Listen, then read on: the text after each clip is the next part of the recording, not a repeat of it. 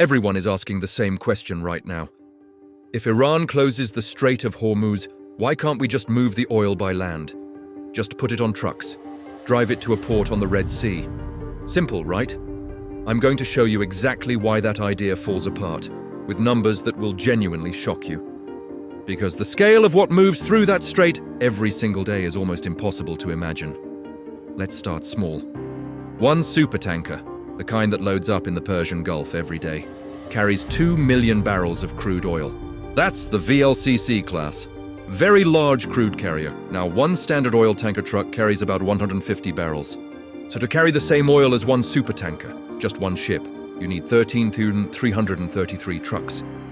All fully loaded, driving in a convoy. Bumper to bumper, those 13,333 trucks would stretch 267 kilometers. That's the distance from Dubai to Abu Dhabi and back, for one ship. And on a normal day, more than 20 supertankers pass through the Strait of Hormuz. Now let's scale up to the real daily flow. The Strait of Hormuz moves 20 million barrels of oil every single day. To replace that with trucks, you would need 133,333 trucks, departing fully loaded every single day. That's one truck leaving every 0.6 seconds, every hour of every day, non-stop. The convoy would stretch 2,667 kilometers from Dubai all the way to Istanbul. And you'd need 133,000 drivers just for one day of supply. Not 1 month, not 1 year. One day, every day. But even if the trucks existed, and they don't, the cost would be catastrophic. Shipping oil by supertanker costs around $2 per barrel under normal conditions. By truck? $20 to $30 per barrel. That's a 12 times multiplier. For the daily Hormuz flow, replacing tankers with trucks would cost an extra $460 million per day. That's $168 billion extra per year, just in transport costs, and that's before you account for road damage. One fully loaded oil truck does the same damage to a road as 10,000 cars. A daily convoy of 133,000 trucks would destroy the road infrastructure of any country it passed through within weeks. There's also the fuel problem.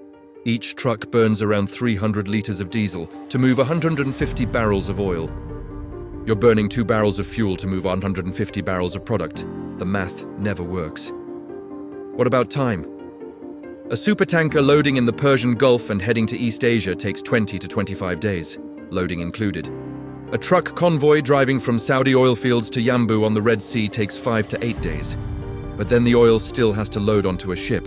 You haven't saved time. You've added complexity. And right now, with the Red Sea also being targeted by drones, tankers that do reach Yanbu face another threat before they even leave the region. The Cape of Good Hope rerouting adds 25 to 30 extra days and $4 to $8 million in extra fuel per voyage. The world does not have enough spare tankers to absorb that kind of rerouting at scale. A prolonged Hormuz closure would exhaust the global tanker fleet within 60 to 90 days. To be fair, trucks are not useless in an energy crisis. They play a real role. Emergency fuel deliveries to landlocked countries. Last-mile distribution from ports to refineries. Short-haul movements inside a country when pipelines are damaged. But moving crude oil across countries in the volumes that flow through Hormuz, that is simply not physically possible with trucks.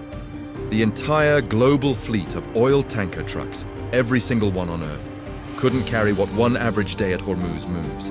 You would need to manufacture roughly 100,000 new trucks, recruit 100,000 new drivers, and build new road infrastructure. It's not a backup plan. It's not even close to a backup plan. So here's the brutal reality. One supertanker equals 13,333 trucks.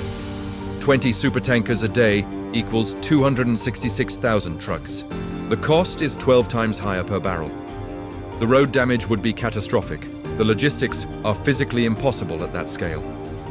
The Strait of Hormuz is irreplaceable precisely because the sea is free, and a supertanker can hold what a small country consumes in a month. There is no land-based substitute. That's why this crisis is real. And that's why the world is watching the Persian Gulf right now. Subscribe.